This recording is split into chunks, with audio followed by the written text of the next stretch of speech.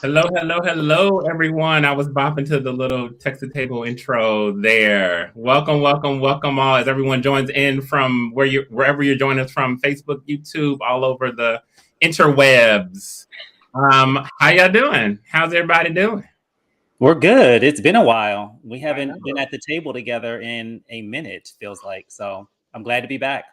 It's good to see y'all's faces. It's been way too long. Just say that. Way too long.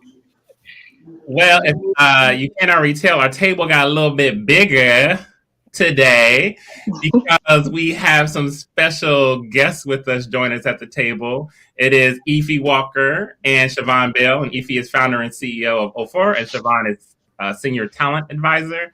And just so y'all know, we treat this like the cookout. So we don't do the big formal introductions here. People will get to know y'all over the course of the show.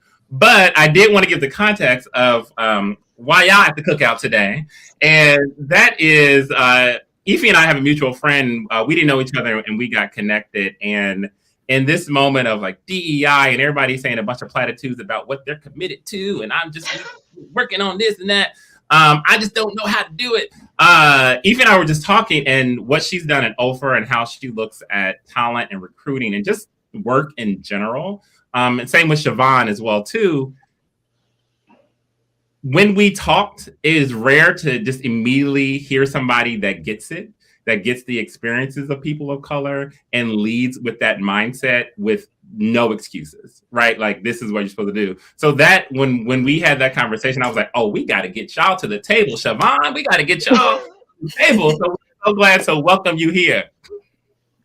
Thank you so much. Welcome. So the good thing about having guests is I get to do a little bit of internet, stalking on some folks and finding out about you a little bit more than what. And I thought there was one thing from you, Offor, that would be good just to kick us off. This is from the Wayback Machine. I even got it up here on the phone. See your picture? They got a nice little... No, put that away. I didn't give you permission to show that. Come on now. I think this is the whole setup for the conversation today. So this is a quote from you. And I just want you to kind of tease that out as we kind of kick this conversation off and everybody's going to jump in. There is a false choice between diversity and excellence. Yeah. I'm so glad you brought this up. So one of the things that we've seen in the work that we do at Offor, we're an executive search firm, is that we are oftentimes working with board members and CEOs who will come to us and they'll say, we really want to, and then they always lower their voices, a Black CEO, right? Just like that. And then almost immediately, that statement is followed by another equally potentially problematic statement, which is, but we just want to hire the best person, right? We want to hire a Black CEO, but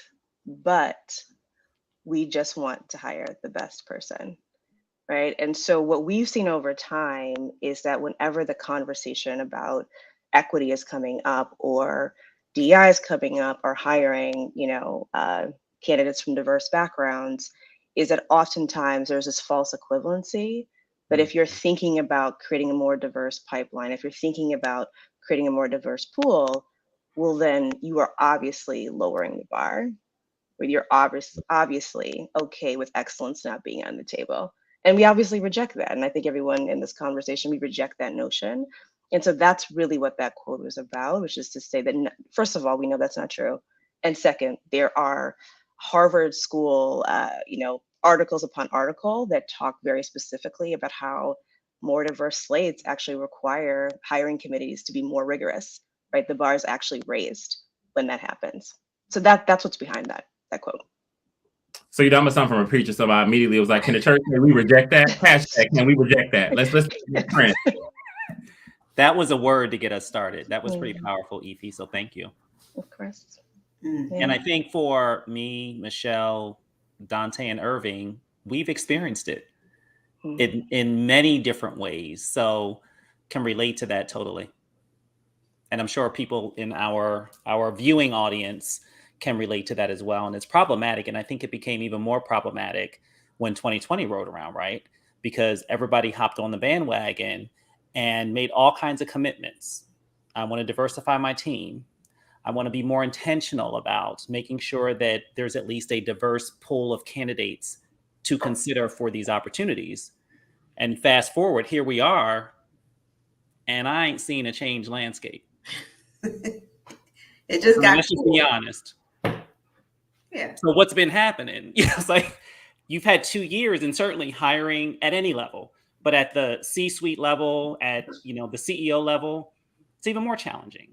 And there has to be more than just the continued, words of support or commitment.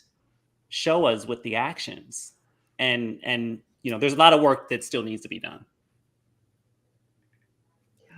That's right. And I think, Shavon, go ahead. Yeah. I was going to just agree with Sean. Just, we're seeing the hiring at the entry level. We're seeing the diverse hiring there, but we're not seeing the hiring happening in the C-suite. And that is where the magic of Offor comes in, really turning that upside down. So y'all know y'all gonna have people down in the association saying we reject that, going to tell your officers I reject that. It's gonna be the hashtag of the night already. We reject that. So I think the other piece, and to kind of pick up on what you were saying too, is that the excuses are galore across the board, just for a ton of organizations.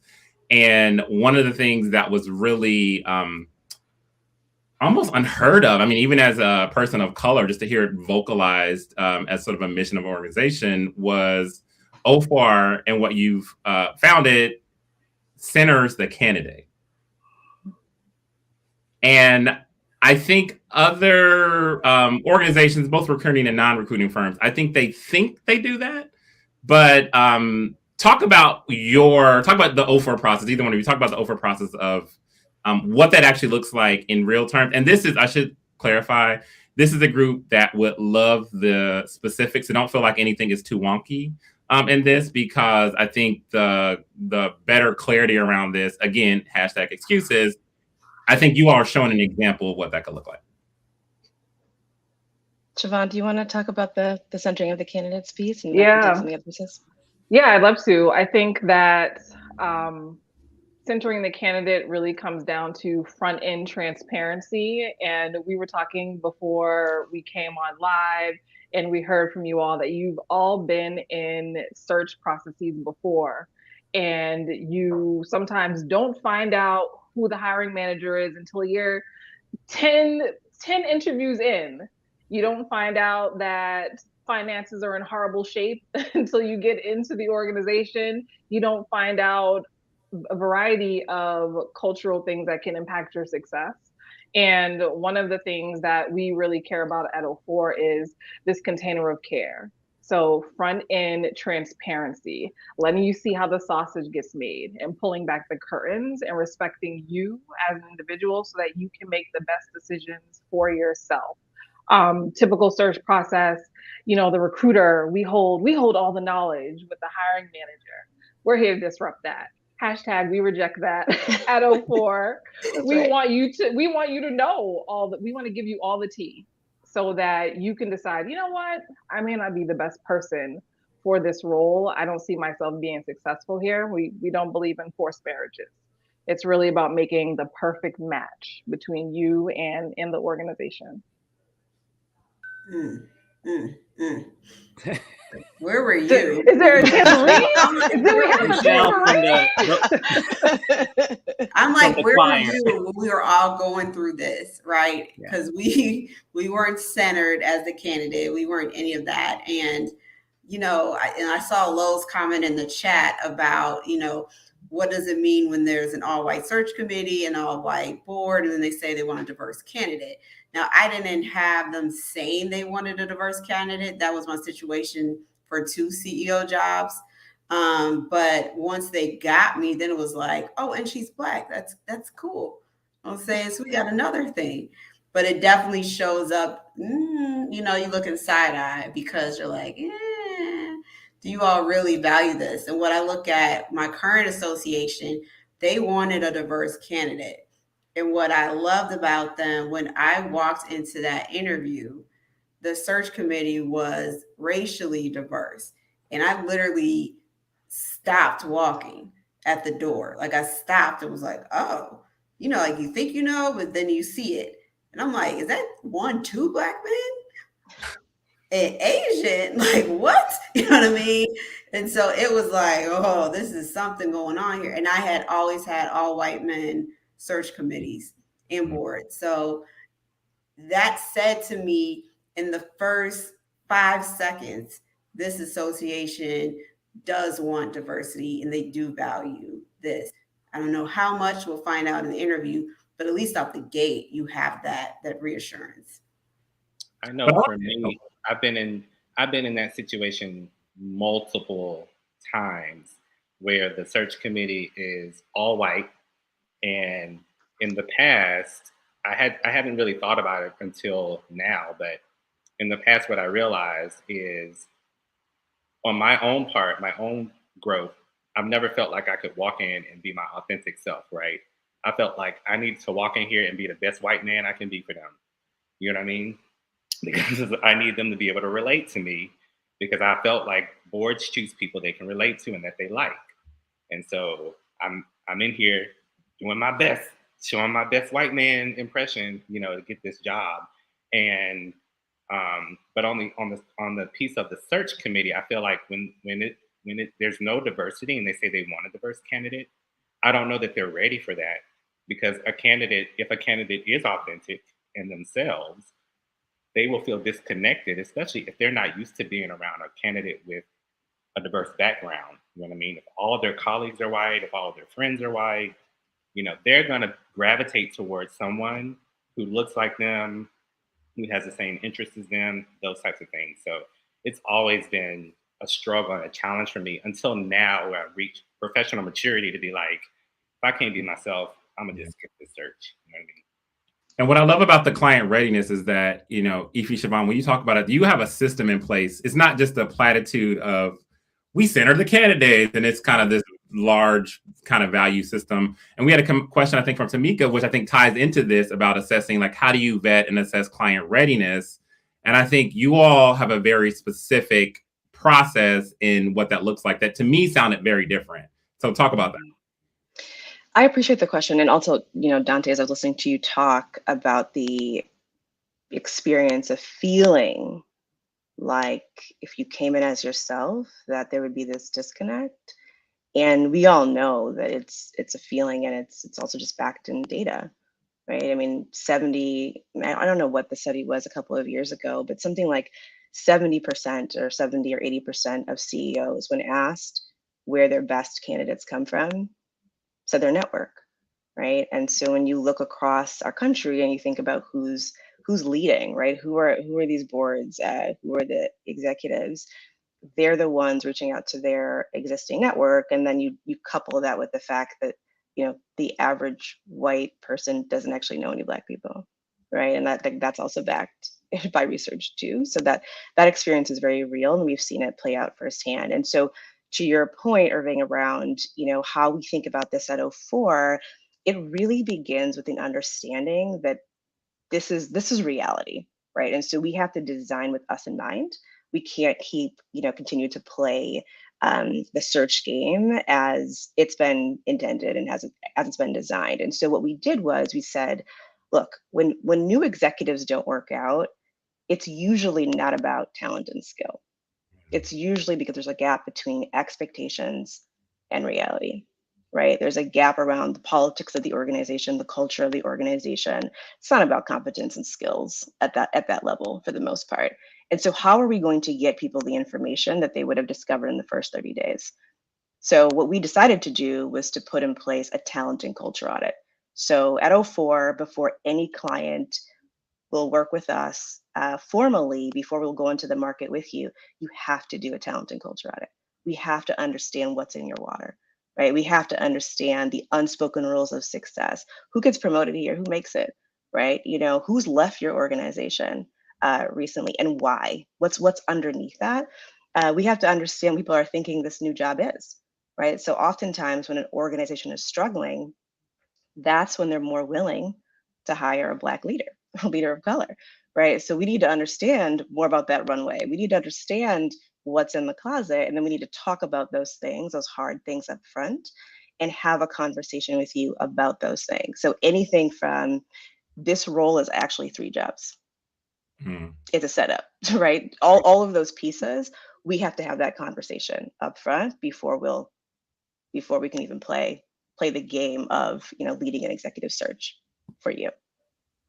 So Ify, in those instances, because I certainly appreciate that, but I would think from the organization's perspective, that means that they have to be fully transparent. That means that they have to be vulnerable, because we all know that there is no perfect organization and everybody got a little bit of mess. What's been some of the response from potential clients when you say, this is how we work and this is what we're going to need you to do? One answer is no. to be very direct, no. Yes. Next, right? No, we do not want to. What are you talking about, right? And so I think the piece that's really important, though, is that not only do they have to be vulnerable, but the audit doesn't stop there, right? So in our process, if you're going to work with us, you have to lift some of those quotation marks directly from your staff, put them in a public frequently asked questions document, and then a finalist candidate gets, you know, after they sign an NDA, they get the complete audit, unredacted, with everything, right? And that's a part of the mutual due diligence process. You're checking their references, but they're checking yours, right? And so that's what makes people so uncomfortable. It's usually not the front end doing the audit. They almost always understand that. But it's the, oh, you're going to share the entire thing when some people in our organization haven't even seen it. That's the part that really elicits the sort of the fear response.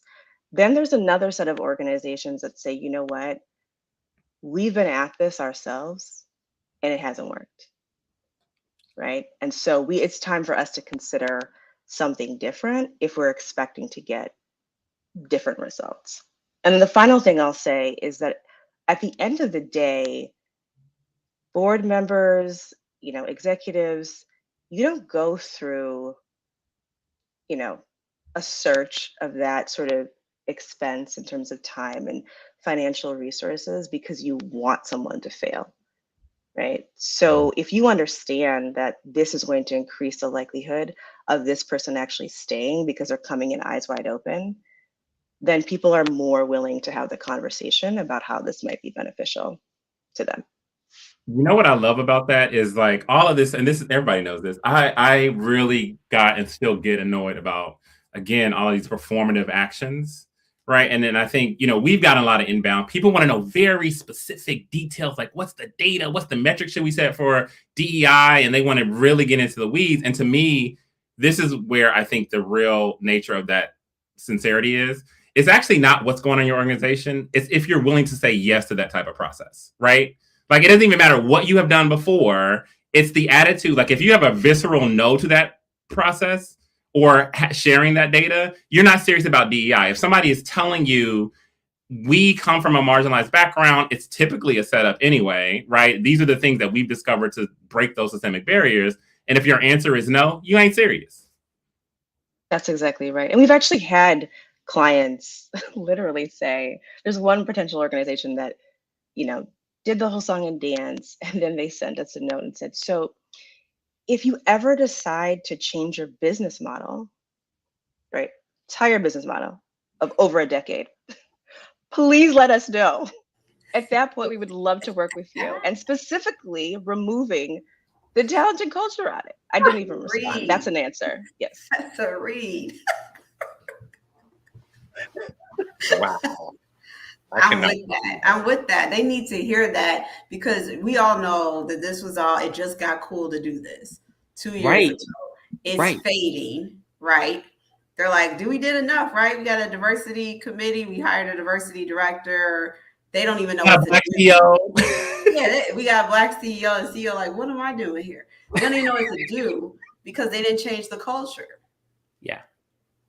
That is something that, and it's so sad to see how many of us get stuck into those places. And you get in there, we were coming in when it was cool, and then you try to actually do the change. They're like, whoa, whoa, whoa, too far. I agree, Michelle. Absolutely.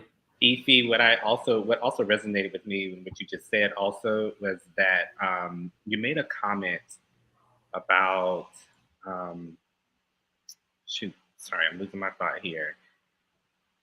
It was about how organizations are more likely or more open to hiring a minority candidate when the organization is not doing well. And I know all four of us have talked before about, we've seen this, right? We've seen how the organization is on a downturn, right? And then they hire somebody Black to come in and they want that Black person to be their hero and their savior, right? And they have expectations for how soon you should be turning this organization around, all of these unrealistic expectations put on this particular new CEO that has never been put on their predecessor at all, or predecessors, prior to that before. And so I know we've talked a lot, just in seeing that and kind of seeing that play out in our field too, but we've never been able to kind of say like, oh yeah, this is real or not, because it's just something we've been seeing. So I'm glad you also have identified that as something too that organizations do, is hiring minority candidates when the stakes are low, right? Or when the stakes are high. The stakes are high, and then on top of that, they don't want to pay you like a hazard bonus, right? Like it's right. So there's all that. Wait a minute, Ethan, hold on. Hazard bonus. I love that. We need to add that into our narratives because that's exactly what I think it takes. I mean, there's some skin in the game, right? If an organization acknowledges, you know what, you are stepping in here at a very kind of volatile time, we gonna sweeten this pot for you and give you a hazard bonus. Pay. I love it. It's not unheard of, right? We know that this exists in other places. And Michelle, to your point, to all of you, not only are we given these sort of unrealistic timelines, but then the comp may not be there. There's no talk about the fact that when we're coming in and we're trying to make these changes, it's also normal for people to leave, right? And so there also needs to be resources for us to hire. So there are all of these pieces that need to happen at the same time, and there isn't a recognition of that. And so one of the things that when we think about the talent and culture audit, it's not just about what's in your water, but it's also the set of recommendations that we then have to make to organizations, right? So we're oftentimes telling them, this person needs to come in and there can be no expectations of them doing anything for the first 6 months, right? And so we have to get them to buy into them to say yes to that before we will say yes, right? And if you can't do that, then you need to say that. Then you actually have to say that, right, when you're out there recruiting. And so I think there's an opportunity for us to just get more honest about those things and begin to demand, like for me, the sort of nirvana, so to speak, would be the day that candidates start asking up front, like, I want to see your audit. Yeah. The way you might ask for a financial audit, ask for the culture audit. I want to see that before we talk. Ify, can I ask a question about how you all engage with the search committee? Because one of the other things that I feel like happens with a lot of searches who are interested in hiring a diverse candidate, they go through the same process, and when recruiters are looking at potential candidates, they are looking at those candidates based on their white counterparts and how their white counterparts may have gotten to where they are, or their leadership path to being an executive. And I tend to believe that a lot of minority candidates haven't had the same pathway to leadership, but it does not say anything about their readiness for the role, right? They may be even more ready for an executive or CEO role based on what they've had to do in a prior role. But because their pathway does not look like your typical white candidate, recruiters may say, oh, I don't think they're ready, or this might be a little bit above their head, those types of things. So do you all do any type of like education and like working with the search committees just around like, here's how you need to be assessing this person's readiness for the role independently? Yeah, it's a great question. And Shavon, you should jump in here too, because you're oftentimes the one having the conversations, even with candidates, Dante, who they themselves are questioning whether they can do it, right? Because they're seeing the profiles of the people, not because they don't think they're skilled and they're qualified, but I don't want to waste my time. I don't want to waste my time going through a process if these people aren't going to actually see me. And so I think it would be great for, Shavon to sort of chime in there, but at a high level, in terms of how we educate our clients, we do it around in a couple of different ways. So number one, every search starts with a scorecard, right? So this idea of like, oh, it's a job description. A job description is a marketing tool, right? We need an actual document that says, here are the deliverables. Here's what this person has to accomplish. And then let's describe what that could look like. Yes, it could also look like somebody having done this job before, but here are the other ways that you might assess those skills, right? So we're defining those things up front before they've seen anybody, right? Because that's how you keep yourself honest. So that when you talk to Bill and you fall in love with Bill and you want to accelerate Bill, we can bring you back to the scorecard and say, here's what you said, right? And actually, Bill doesn't have 3 out of the 5 things, so we don't understand why you're so excited about Bill, right? So that's number one. The second thing that we're able to do is that we are frequently engaging in bias interrupters, right? So clients are oftentimes just saying, I'll be kind because I don't know who's in this audience, but they're saying interesting things. And we sometimes have to say, well, I just want to give you some feedback. I just noticed in this conversation or these 2 interviews with these 2 Black men, your face got really red, your voice got really loud, and you started talking really fast. Why do you think that is? That's what you're signing up for if you're working with Offor, right? So there's also like that component where we're asking people to pause and say, why are you asking these questions? Michelle is another, woman in this conversation. I don't know if you've had this experience or this makes sense to you, but we've seen plenty of examples where a selection committee, a committee will say something like, oh, she was just so aggressive. She talked about where she went to school. Did you hear it? She said Harvard twice. And we're sitting here thinking, you asked her where she went to school. She's so eloquent. She's so eloquent when she speaks. Oh my goodness. I have 2 degrees from Harvard. Right. And so, we see those sorts of things. And so we have to pause and say time out. Right. Let's talk about what's actually happening here. And it's uncomfortable and it's hard. And sometimes our own heartbeats are racing, right? Our throats are dry as we are stepping to these, executives where no one's told them no one's challenged their thinking, but that's also part of the work. Yeah, I think, a big part of our work is changing mindsets, really a lot of change management, changing systems. Like, we're going to place someone in this role. That is going to happen. The real work comes in with the bias interrupters, or disrupting bias, as I like to say, and also changing the mindsets of the people making decisions.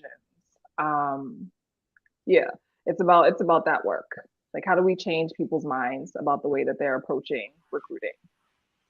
Shavon, talk to us a little bit about when you have a perfect match, when you have that success story where the candidate has landed the role and the organization, at the beginning of the process, they may not have been totally comfortable, but at the end of it, hopefully they would say to you and Ify, thank you. This was different for us, but we ended up with the best candidate, and especially if it's a candidate from an underrepresented group and a person of color.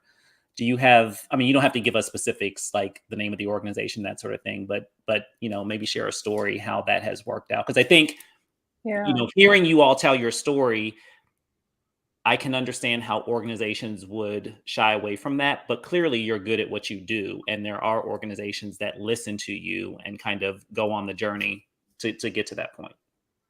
Yeah, I think, Sean, for us, when we are cheering at the end of a search is when we've heard from a client, we learned something from Offor. Yeah. You changed the way that we thought about executive talent. When it comes to the candidate, we love to hear, I wasn't looking for this role and this is the perfect match for me. You changed my life. You changed the way that I think about myself and my skill set. I talk to hundreds and hundreds of Black and Brown candidates. It is my life's work and I love it so much. And the one thing that always kind of stops me in my tracks is when I hear an executive with, what did you say, Michelle? All of my Harvard degrees, all of the experiences that I bring, and they say, I looked at this job and I didn't think that I was qualified. I am experiencing imposter syndrome, and they're coming with receipts. They've accomplished so much. They're incredibly successful, but when they look at what's come before them in this organization, they wonder, how can I measure up? So it's really about shifting the mindsets and focusing on what have you accomplished, what have you done, not where you've gotten your degree from. We want everyone, if you've gone to community college, right? Some of the brightest people in the world have not gone to Harvard, have not gone to Yale. We want to know the people that are successful in their work and making things happen despite what school you went to. So for everybody, I'm sorry, Sean. Can I just clarify? I did not go to Harvard. For the record, we still love you. We still love you. They won't even know. It's all good. It was never going to happen. People are going to go and check Michelle's LinkedIn. Like, Michelle did not go to Harvard. Did not go to Harvard. Why are they creating this narrative? Not at all.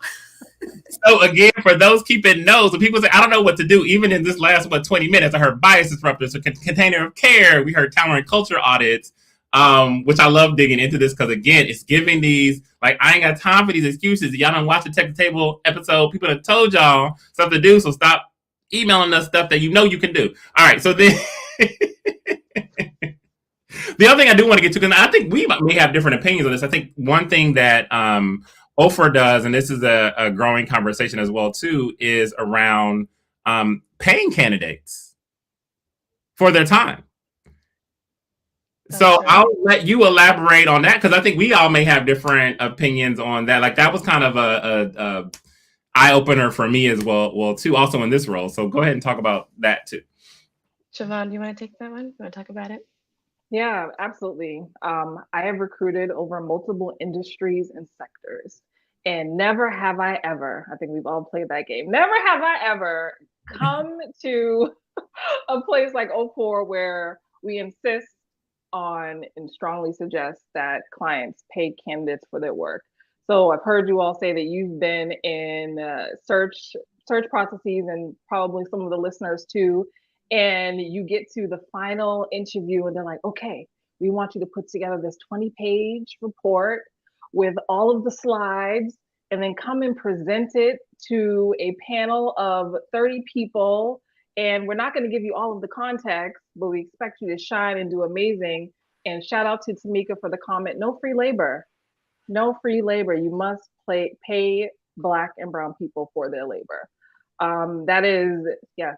Thank you, Michelle. It is important to show gratitude for someone giving their time, giving their knowledge. And a lot of that is intellectual property that you should be paid for. I love that. That's like one of the things. Talk about being a disruptor and shifting from the experiences that many of us have in search, where it's a heavy lift, right? And we still got full-time jobs to perform and families and other obligations, but we have to then prepare for the big presentation, and that intellectual capital does not get compensated in most instances. Yeah. Now, what's the pushback? For real, y'all. Now, what's the pushback though that people have for? So you tell me I gotta pay everybody? You gotta pay. You gotta pay everybody, Irving. And Ify, correct me if I'm wrong. I have not experienced any of our clients pushing back. I've actually experienced our clients celebrating candidates and celebrating and even offering to pay more than what we suggested.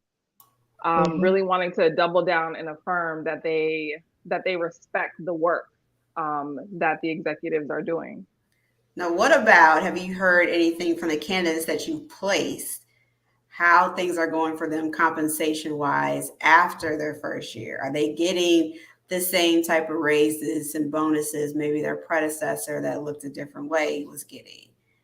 Have you heard anything around those kind of conversations? Have you had to have where they're coming in and they've got to bring all the data to get a basic raise when somebody else just has it written in the contract?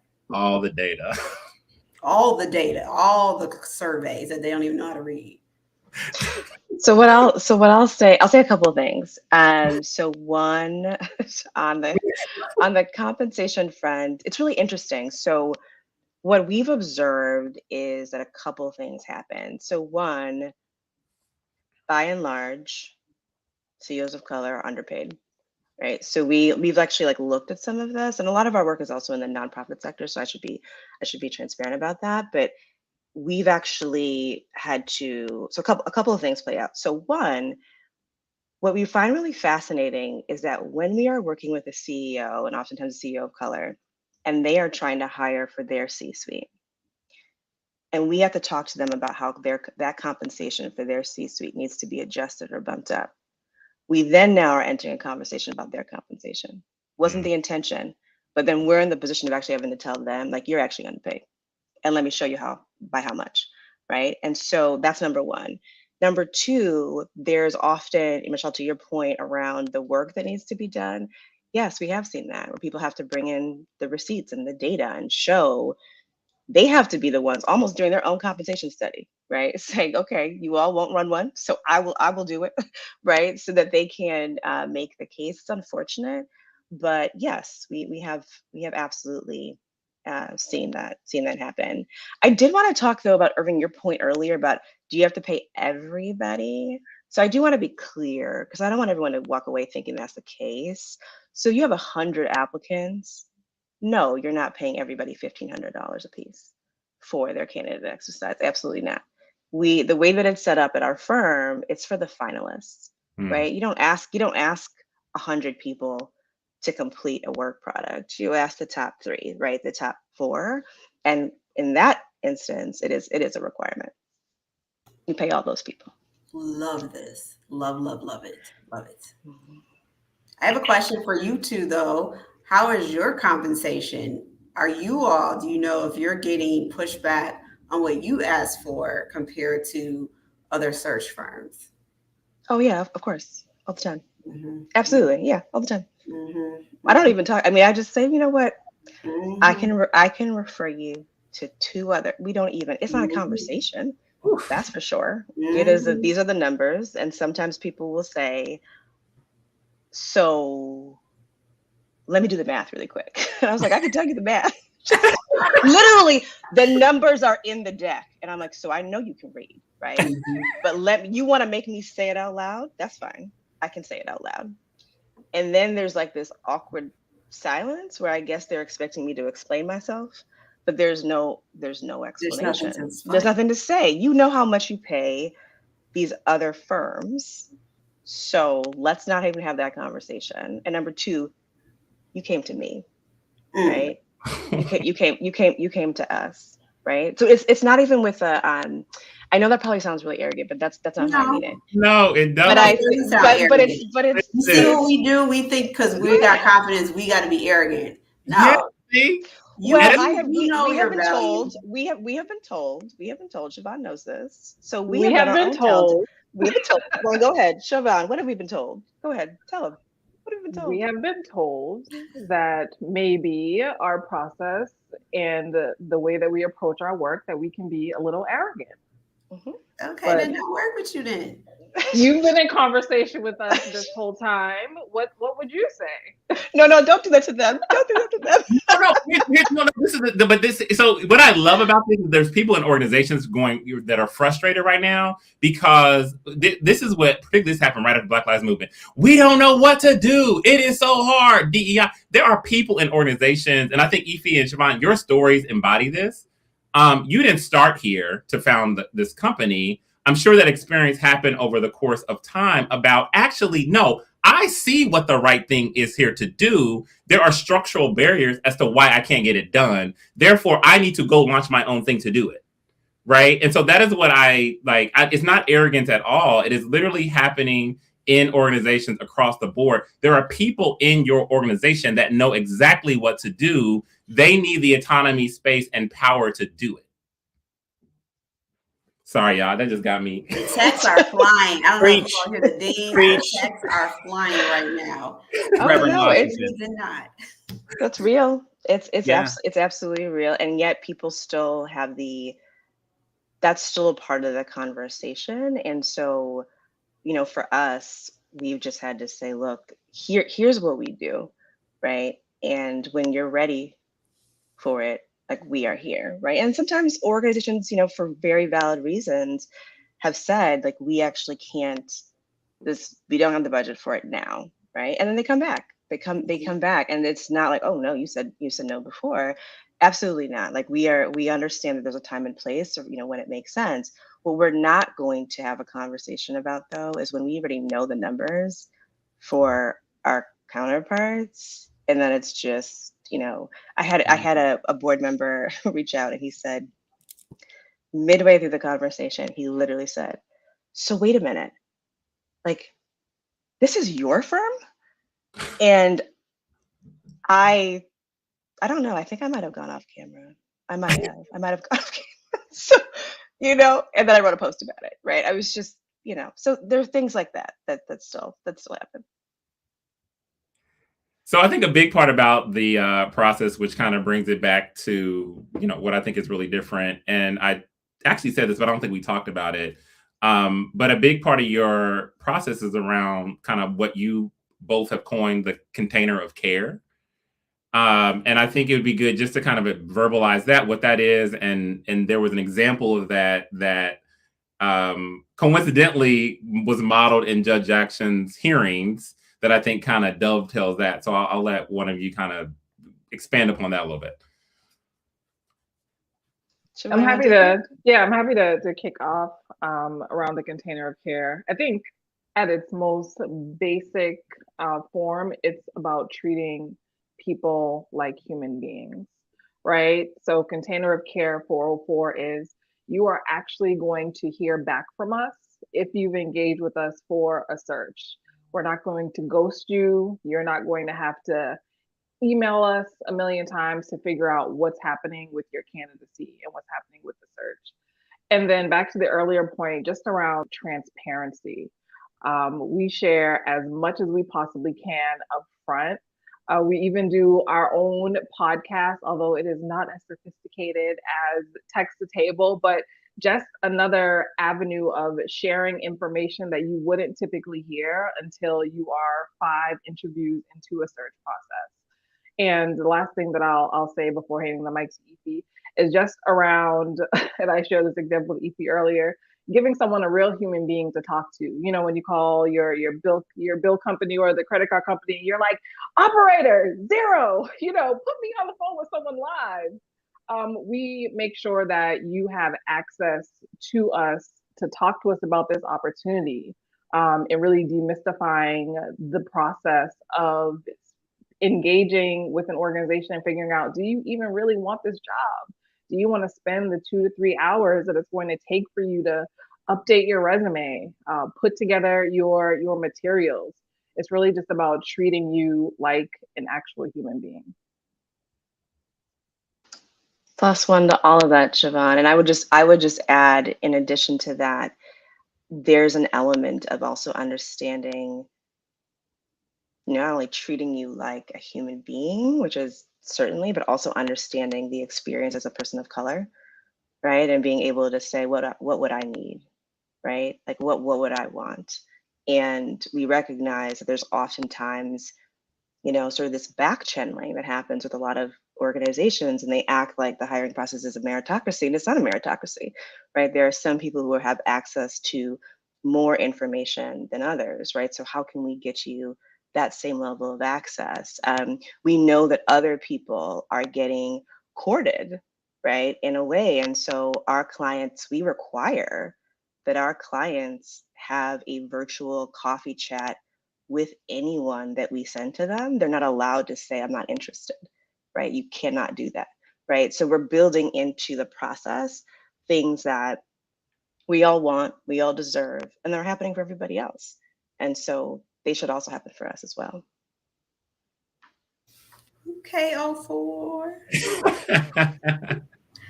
An example of that, I remember you had mentioned this too, is with Judge Jackson's hearing as well too, with Cory Booker. And even I think when you described that, it was a perfect example of this. Tell me about that moment for you as it relates to your work at Offor and the container of care. Yeah, I mean, we all saw it. I mean, I won't lie. I mean, we all watched it. I have 2 young children. I have a 10-year-old and an 8-year-old and my husband, and we all watched it at dinner. He had seen the clip and he played it for everybody, and I was moved to tears. It was very emotional because the movie that I'm most frequently accustomed to watching is where oftentimes a Black woman is just, you know, torn down, right? Talked about in some of the most despicable ways. And oftentimes, if there is anyone, right, who is saying, something's wrong, you know, with this picture, they come and whisper it off to the side after the incident is over, right? When I actually needed you in that moment, right? I needed you to create that container of care, to acknowledge what had happened, to give a voice to it, to say it out loud. And so what was different in that moment was that here was someone who said, I'm going to use the time that has been allotted to me, and I'm going to paint this picture for the nation of what just happened. And I'm also going to stand here and I'm also going to say that in spite of all these things, none of this, I'm refusing to let you all take my joy, right? And for him to do that and then say, you know, we will be better as a country because of you. I haven't seen that, right? And so I think what we need is more people, more executives, more CEOs who are willing to do what Senator Booker did, right? Which is to create that container of care in the moment, to be a living embodiment of a bias disruptor, and to show the nation and to give voice to the nation what happens to so many of us behind closed doors. I just envision a moment now where we're gonna so I have a new product line for Tech to Table. We can co-brand this with Offor. It's gonna be like the little buzzer from that game. It's gonna be bias disruptor. And so we're gonna empower people to take that and in meeting and Don't do it. Don't do it. Don't do it. Don't do it. In an earlier iteration of Offor, I'm embarrassed to say, we had like we were like, maybe just hand everybody a sign. You know, they could just put it up. That did not go over well. Okay. I want that kind of loud buzzer that goes to you. All right, well, we're rolling up on the end of time. I think if anyone has any questions, I know we have some folks in the chat. We've been doing them throughout, so definitely ask that as well. But one thing I think we didn't touch on, and maybe we can kind of close out with this, unless there's some other stuff that pops up from other ones, are for candidates of color right now that I know we have in the chat watching that are looking to move to the executive ranks. You all have a lot of experience in this. You're looking, and I think you both know it from the mindset of how the system that they are entering is, and also the vision that you all have for the future of what recruiting looks like and what you're doing. How should folks navigate that space? It's a good one. Yeah, I've been coaching a lot of candidates in Offor's network just around how do you talk about the skill sets that you bring that are transferable. So thinking about what you've accomplished, and in your accomplishments, what are those skill sets? What is your zone of genius is the way that we like to describe it. So thinking about that, it doesn't matter what role you've had, what sector you've been in. The shift that we're seeing is really around what skill set do you bring? What can you do to get candidates thinking about transitioning or moving out of roles? Yeah, I think that's spot on. The other thing I would say is that working with an executive recruiter or a career coach can be really powerful, right? Especially if you've had a relationship over time. And even if you're breaking into a new industry, they oftentimes have relationships with other executive search firms that can put you in good hands so that you know that you will be treated well through what is oftentimes a very exhausting, and it's a vulnerable experience. You're putting yourself out there and you're opening yourself up to rejection, and that's really hard. And I don't think people talk about that enough. So I think that's really critical. And the second thing I would say, Irving, to your point, is to understand, which I know we all intellectually do, that in the face of the rejection, like it's not you, right? Like there's this entire system around you. I remember, I think it was 3 or 4 years ago, I had just had a really emotional set of calls with, Black woman after Black woman that was just, they were so frustrated. I went to this interview, they told me I was too much of this. I went to this other, they told me I was too little of this. And the ping ponging, the energy that we expend to try to be something, right? To try to fit in this thing. And so I just shared, and I just had to say, like, here are the things that are happening behind closed doors. And you have to understand that oftentimes it's not you, right? And so your job is to run your leg of this race, right, as fast as you can, right? And then pass the baton, right? Like we have to just understand that there are things we can do, and also just recognizing there are other factors at play. And so if that rejection comes, how do you let it not pierce you, right? So that you can continue to move forward. Ify, if this was a Black church, that was an altar call right there. Oh my I'd be right up there running around. They would put a sheet on me at this point because I'd be laid out. like this. Wait a benediction. All you gotta do is run your leg. I'd be laid out. No, I really do want to express appreciation for how you all are taking this approach to recruiting, because what I think a lot of recruiting firms are missing, even in their efforts to really want to have like a more diverse search, I don't think they're realizing that means that their entire approach to recruiting has to change. I think a lot of them are just copying and pasting their search process when they had all white candidates and saying, okay, let me just put some Black people in here, or let me just put some minorities in this process, right? And not understanding how that impacts the candidate and how minorities have had a history of having different experiences from our white counterparts. So I really do appreciate you guys just coming on the show, being transparent about this, and really kind of showing a lot of other recruiters how you have to really change your recruiting process. This has been refreshing. Thank you so much, because I think it speaks to this new environment that we're in. Everybody's talking about there's, workforce issues and how they can't find good talent. No, the talent's out there. You just got to change your systems to work with people who genuinely want to contribute, but they're just tired of playing in a system that has never been set up for them. So hearing you talk about what you created with Offor is amazing. And I hope that, you continue to work with candidates that look like me, Irving, Michelle, and Dante, and many others who are viewing tonight.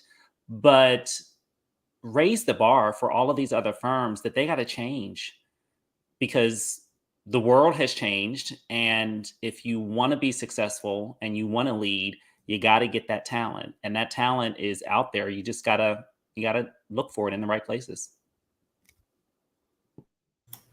Well said. Well, if it wasn't for Facebook that would kind of pull the music, I feel like "May His Peace Be with You." I would play that close this to close us out. Church message by Pastor Ify and Shavon that gathered all the members together.